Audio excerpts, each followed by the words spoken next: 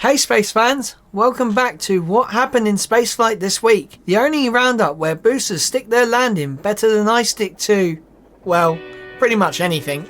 This week was massive. We had Starlink launches, a Kuiper development, and even a Rocket Lab doing an early morning science run. But let's be honest, this week belongs to one thing and one thing only: Starship Flight 11. So strap in, grab your coffee, or your cryogenic methane, depending on how hardcore you are, and let's blast off through what happened in spaceflight this week. Starship Flight 11. Alright, let's start with the main event. Starship Flight 11 launched on Tuesday, October 14th from Starbase, Texas.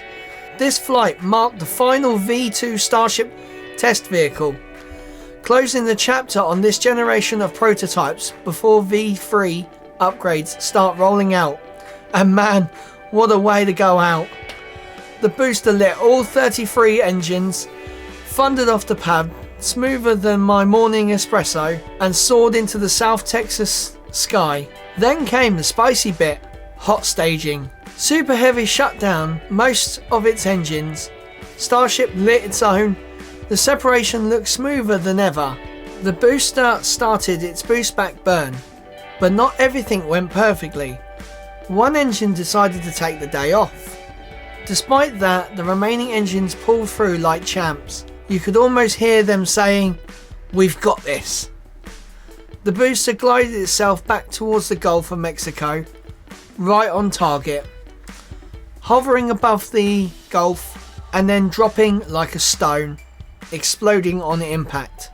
Up next, we have payload deploying. We saw Starship payload deploy again for the second time. They released some more of their dumb links. It's basically Starlinks, but just a giant bit of metal with no actual electronics on it. We did believe that there was some sort of cable. It must have been an experiment that they were conducting, but everyone thought it was a camera on one of the dumb links, but we were wrong. Or at least they haven't released any footage yet. Starship re-entry. It was time for the fiery bit, even more fire. Starship re-entered over the ocean and we got some incredible footage.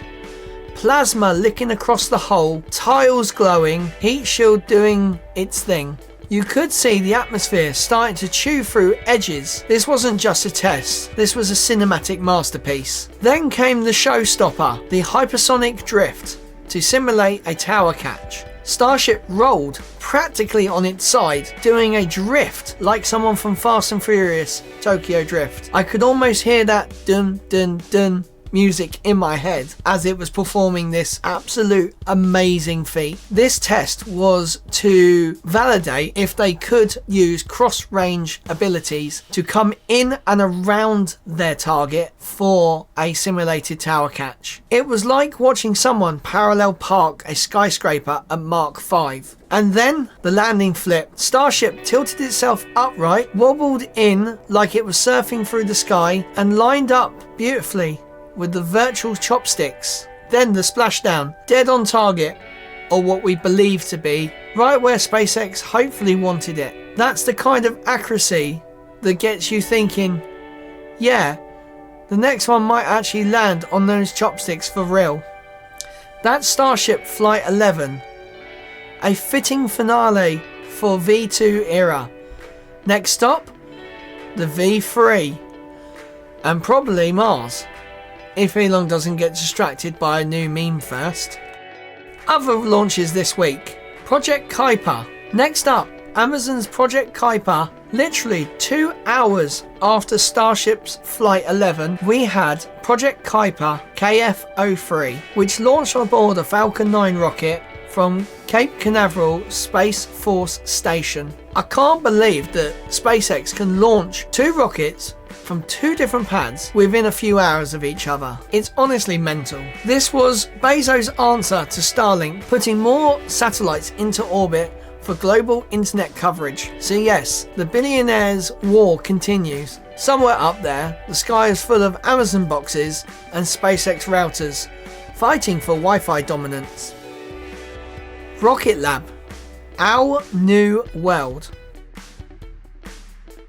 Then At 5:33 BST, Rocket Lab's Electron lifted off from New Zealand for the Our New World mission.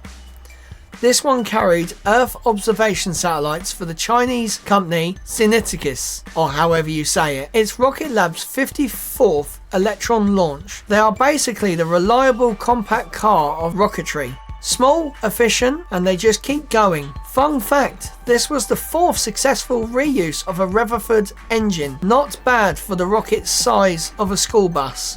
Tranche 1 Transporter Layer C.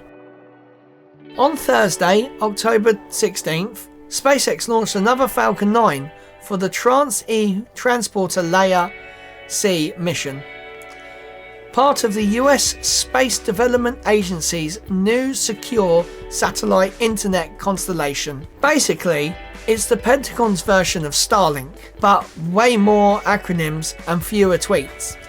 SatNet LEO Group 12. Just 2.5 laters at 2:33 BST, China launched SatNet LEO Group 12, continuing their massive low Earth orbit network. No one really knows exactly what each satellite does, but if you see a new dot in the sky blinking in Morse code, maybe they're saying hi. Starlink Group 10-52. By Thursday mid-morning, SpaceX was back again, and this time launching a Starlink Group 10-52 at 10:27 BST. Another batch of V2 mini satellites, bringing us closer to a world where your refrigerator can get internet access in the middle of nowhere. G60 Polar Group 18. And on Friday, October 17th at 8:08 BST, the week closed out with G60 Polar Group 18, a Chinese commercial launch targeting a polar orbit for global imaging and data relay. Because who doesn't want more pictures of ice from space? Let's look ahead to what's happening next week in spaceflight. Things are about to get busy again. We've got CAS Space Kinetic 1, unknown payload, Falcon 9 Starlink 1017, 1052, 1119, 11.5, 11.12, 10.21, yes, basically the whole week of Starlinks.